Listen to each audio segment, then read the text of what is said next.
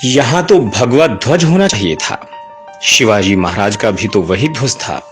साथियों, क्यों न चुपचाप किले तक एक सुरंग खोदी जाए और वहां से यूनियन जैक हटाकर अपना भगवा ध्वज फहराया जाए।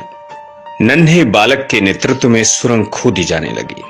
तभी उनके अध्यापक ने उन्हें देख लिया और कड़ाई से पूछा, ये क्या हो रहा है? बच्चे ने अपने मन में चल रही योजना अध्यापक को कह सुनाई। बाल केशव के क्रांतिकारी विचार सुनकर अध्यापक अवाक रह गए। राष्ट्र भावना से ओतप्रोत 8 वर्ष का यह बालक साधारण नहीं था। इसी बालक ने आगे चलकर एक ऐसा पौधा सींचा जिसकी शाखाएं आज पूरे भारतवर्ष में सांस्कृतिक मूल्यों का संचार कर रही हैं। इस ओजस्वी बालक का नाम था डॉक्टर केशव बलिराम हेडगेवार। इनका जन्म महाराष्ट्र के नागपुर नगर में हुआ था, जबकि इनका परिवार तेलंगाना का निवासी था। प्रखर बालक केशव का जन्म अत्यंत पावन दिन हुआ। वह दिन था चैत्र शुक्ल प्रतिपदा, विक्रम संवत 1946। पंचांग के अनुसार इस दिन से नववर्ष का शुभारंभ होता है, नई ऊर्जा का संचार होता है। ओजवान बालक केशव भी असाधारण थे।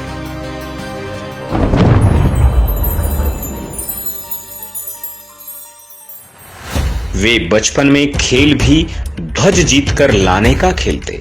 उनके बाल मन में आक्रमणकारियों के विरुद्ध खौल की ज्वाला स्पष्ट दिखाई देती।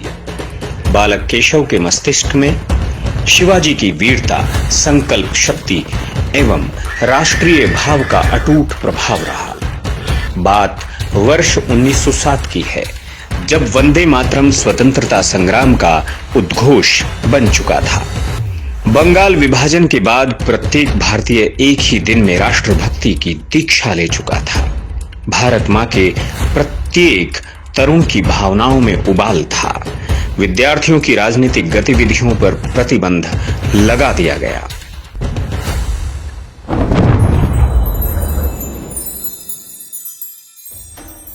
लेकिन केशव के मन में विरोध की ज्वाला धधकती रही। इसी समय उनके विद्यालय में निरीक्षण करने एक अंग्रेज अधिकारी पहुंचा। प्रत्येक कक्षा में जाएगा। तुम सभी जानते हो ना कि हमने क्या करना है? हाँ, जानते हैं। बस तो फिर ठीक है। निरीक्षक के कक्षा में कदम रखते ही हमें अपना काम करना है, ठीक है ना? हाँ, ऐसा ही होगा। बहुत बढ़िया। तो फिर आओ कक्षा में चलते हैं। वंदे मातरम, वंदे मातरम। मिस्टर शुक्ला, निर्भीक केशव की इस योजना से अंग्रेज अधिकारी तिल मिला गया और छात्रों से माफी मांगने को कहा गया, परंतु केशव ने माफी मांगने से मना कर दिया। उन्हें विद्यालय छोड़ना पड़ा। यहीं से शुरू हुआ केशव का राजनीतिक जीवन।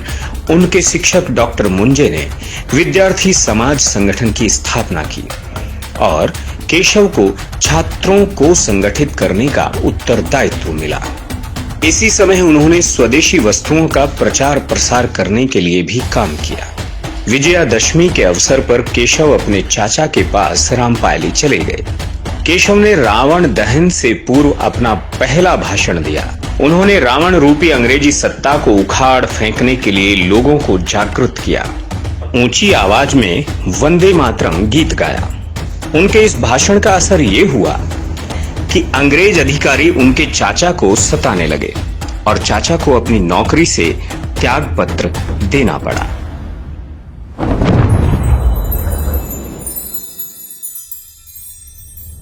यवतमाल से मैट्रिक पास करने के बाद केशव को मेडिकल की पढ़ाई के लिए कोलकाता भेज दिया गया।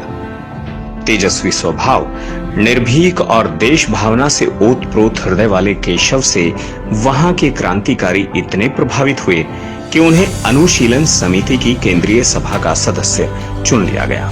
गुप्त नाम मिला कोकेन। अनुशीलन समिति महान क्रांतिवीरों का संगठन था। ऐसे क्रांतिवीर जिन्होंने देश हित में अपने घर परिवार का परित्याग कर दिया था। समिति उन्हें आंदोलन से संबंधित जो भी काम सौंपती, वे उसे पूरी तन्मयता के साथ पूरा करते। डॉक्टर हेडगेवार ने खुलकर सार्वजनिक गतिविधियों में भाग लेना प्रारंभ कर दिया। मेडिकल की पढ़ाई पूरी होने के बाद वे नागपुर लौट आए। उन्हें बैंकॉक से आकर्षक नौकरी का प्रस्ताव मिला। लेकिन उन्होंने मना कर दिया। बलवान शरीर, बड़ी बड़ी मूछें, साधारण कपड़े और विपरीत परिस्थिति का धीरता से सामना करने की क्षमता। धीर गंभीर डॉक्टर हेडगेवार जिस किसी से भी बात करते वो उनका हो जाता। इसी का लाभ उठाते हुए उन्होंने मित्र भाऊजी कर्वे के साथ मिलकर नागपुर में एक क्रांतिकारी दल बनाया और बंगाल पंजाब के गुप्त क्रांतिकारियों के नेटवर्क से जुड़ गए। इस संगठित दल ने कई क्रांतिकारी गतिविधियों को अंजाम दिया। 1919 को बैसाखी के दिन अमृतसर के जलियांवाला बाग कांड ने उन्हें अंदर तक झकझोर दिया। डॉक्टर केशव ने मुखर होकर अंग्रेजी सत्ता का विरोध किया।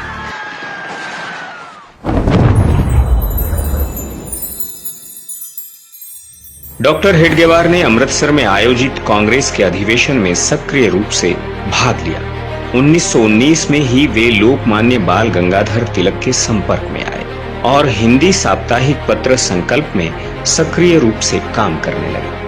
1920 के कांग्रेस अधिवेशन में गौरक्षा की बात रखी गई तो गांधी जी और उनके सहयोगियों ने हिंदू मुस्लिम एकता का उदाहरण देते हुए न केवल गौरक्षा की बात टाल दी अपितु कांग्रेस की बैठक भी स्थगित कर दी। एक वर्ग विशेष के प्रति तुष्टीकरण की इस नीति का डॉक्टर हेडगेवार पर बहुत गहरा प्रभाव पड़ा। खिलाफत आंदोलन ने कांग्रेस की तुष्टीकरण की नीति को और भी स्पष्ट कर दिया। 1921 में अंग्रेजी सत्ता की तीखी आलोचना करने के कारण उन्हें 1 वर्ष का कठोर कारावास हुआ। जेल से लौटने के बाद उन्होंने पत्रकारिता के माध्यम से लोगों को जागृत करने का काम किया। उन्होंने अनुभव किया कि कांग्रेस राष्ट्र की पूर्ण स्वाधीनता के लिए दृढ़ संकल्पित नहीं है और उनका कांग्रेस से मोहभंग हो गया।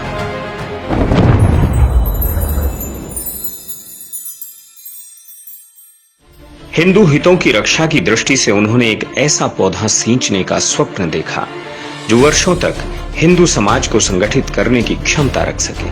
1925 को विजयादशमी के दिन नागपुर के मोहितेवाड़ा में इसका बीजारोपण किया गया। 1926 में इस पौधे को नाम मिला राष्ट्रीय स्वयंसेवक संघ।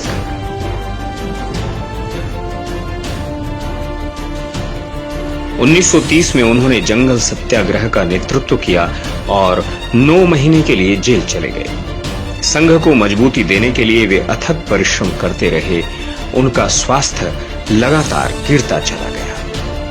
20 जून 1940 को क्रांतिकारी और उनके मित्र सुभाष चंद्र बोस उनसे मिलने नागपुर पहुंचे, लेकिन डॉक्टर साहब की तबीयत ठीक न होने के कारण मुलाकात नहीं हो सकी।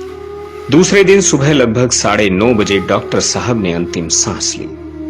वह दिन था ज्येष्ठ बदी द्वितीया विक्रमी संवत 1997।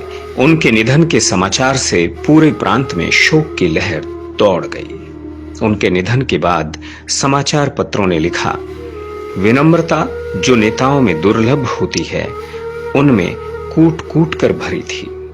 युग दृष्टा डॉक्टर केशव बलिराम हेडगेवार के जीवन का एक एक आयाम हमें शिक्षा देता है।